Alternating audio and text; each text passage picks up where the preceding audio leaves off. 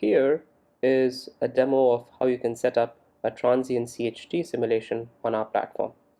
I have a model of a battery cooling cell.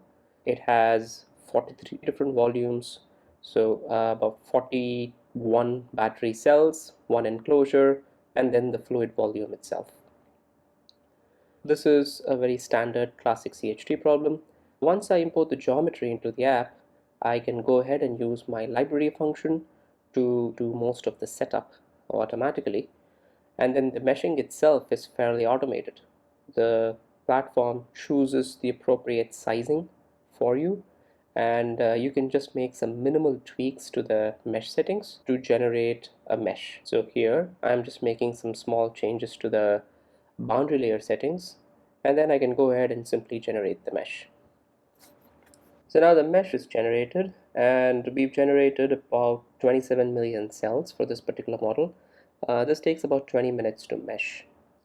So I'm going to set up a transient CHT calculation. I'm going to set a time step size of 1 second, and I'm going to run this for a total physical time of 10 minutes or 600 seconds. And you can see here are the boundary conditions that I've set for this.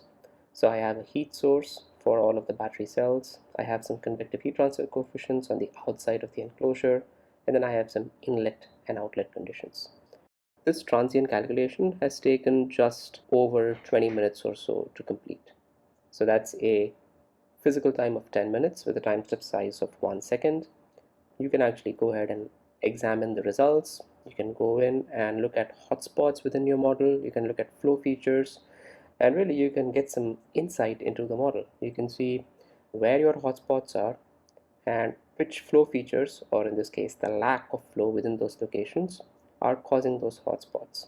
With traditional CPU based codes, this type of analysis will take several hours, if not days.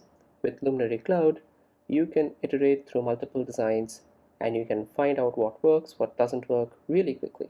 Within about 20 minutes or so, I can get a deep level of understanding into my model, then proceed to make changes as necessary.